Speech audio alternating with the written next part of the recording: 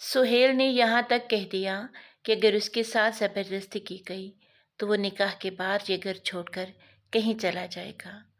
نکاح بھی وہ صرف اپنی اماں جی کی حالت کو دیکھ کر رہا تھا، مگر اس کی اس بات کو کوئی اہمیت نہ دی گئی کہ جب نکاح ہوگا تو یہ خود بہت ٹھیک ہو جائے گا۔ میری ساس اور کچھ رشتہ داروں نے ہمارا نکاح کروا دیا اور پھر سہیل نے اپنے کہے کے مطابق اسی رات کو گھر چھوڑا اور نہ جانے کہاں چلا گیا۔ کئی دنوں تک اس نے کوئی رابطہ نہ کیا۔ تقریباً 1.5 مہینے کے بعد ایک دن اس کی کال آئی۔ چند منٹ کی کال میں اس نے اپنی ماں جی کو یہ بتایا کہ وہ ملک چھوڑ چکا ہے اور اپنے کسی دوست کی توسط سے باہر چلا گیا ہے۔ جیسے ہی تھوڑا کام سیٹ ہوگا تو وہ باقاعدہ گھر کا خرچ بھیجے گا۔ ابھی اس نے گھر کے خرچے کے لیے کچھ رقم بھیج دی ہے تاکہ گھر والوں کو کوئی پریشانی نہ ہو۔ اس نے اپنے اور میرے نکاح کے حوالے سے نہ تو خود کوئی بات کی اور نہ ہی اماں جی کو موقع دیا کچھ کہنے کا۔ ہاں، اس نے بچوں کا پوچھا اور یہ بھی کہا کہ انہیں کسی چیز کی کمی نہ ہونے پائے۔ اب اسی طرح زندگی رواں دواں تھی۔ سہیل ہر مہینے باقاعدہ گھر پیسے بھیجنے لگا اور اماں جی سے فون پر بات کر لیتا، مگر ہمارے رشتے کی بابت کبھی کچھ نہ کہا، کبھی بھول کر بھی میرا ذکر نہ کیا۔ میں بھی اپنے بچوں کے ساتھ مصروف رہتی، مگر یہ سوچ مجھے پریشان کرتی کہ سہیل کے ساتھ زیادتی ہوئی ہے۔ اماں جی کو اس کے ساتھ زبردستی نہیں کرنی چاہیے تھی۔ ایسا کرتے 3 سال گزر گئے۔ اب اماں سہیل سے اصرار کرنے لگی کہ وہ واپس آ جائے اپنے بیوی اور بچوں کے پاس، مگر وہ ٹالتا رہا۔ جب اماں جی کا اصرار بڑھتا گیا اور صحت بھی خراب رہنے لگی تو میری نند نے بھی سہیل سے کہا کہ وہ کم از کم ایک بار اماں سے مل تو لے۔ سہیل نے کہہ دیا کہ اگر وہ چاہتی ہیں نا کہ میں واپس آؤں تو اس بار میری ایک شرط ہے۔ پہلے آپ سب نے مل کر مجھے مجبور کیا تھا نکاح کے لیے، اب میں آپ سے کہتا ہوں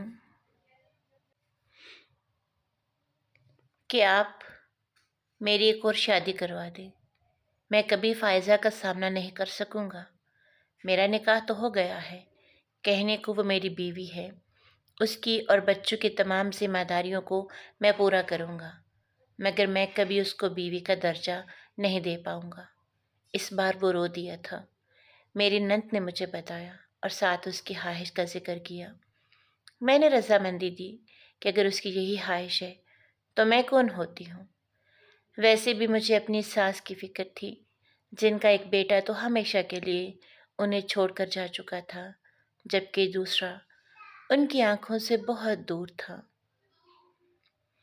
میری ساس اور نند نے اپنے ہی رشتہ داروں میں سہیل کا رشتہ طے کر دیا اور 2 مہینے کے بعد سہیل کے آنے پر سادگی سے ان کا نکاح بھی کر دیا گیا۔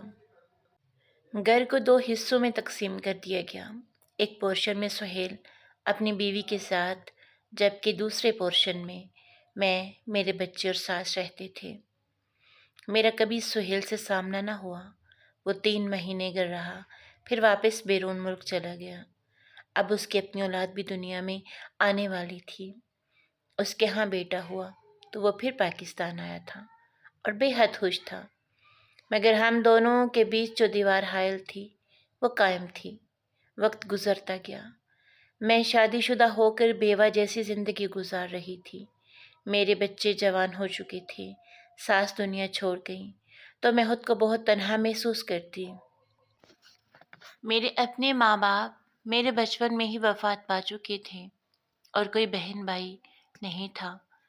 شادی کے 5 سال تک شوہر کے ساتھ بہت سکھ دیکھے۔ شوہر کے جانے کے بعد ساس کا بڑا سہارا رہا، مگر اب سب سہارے ایک ایک کر کے رخصت ہو گئے۔ میری نند کے ہاں میں نے دونوں بچوں کی شادیاں کر دیں۔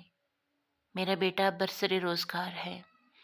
ان کو اس مقام پر پہنچانے والا ان کا چچا اور میرا شوہر سہیل ہے، جس نے بچوں کے معاملے میں کبھی کوئی کوتاہی نہیں کی، مگر میرے ساتھ اس کا تعلق آج بھی اجنبیوں جیسا ہے۔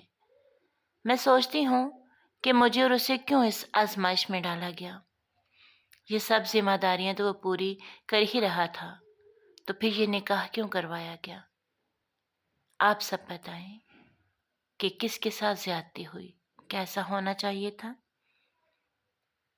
ضرور اپنی رائے کا اظہار کیجیے گا، اور اگر کہانی اچھی لگے تو لائک کر دیجیے گا۔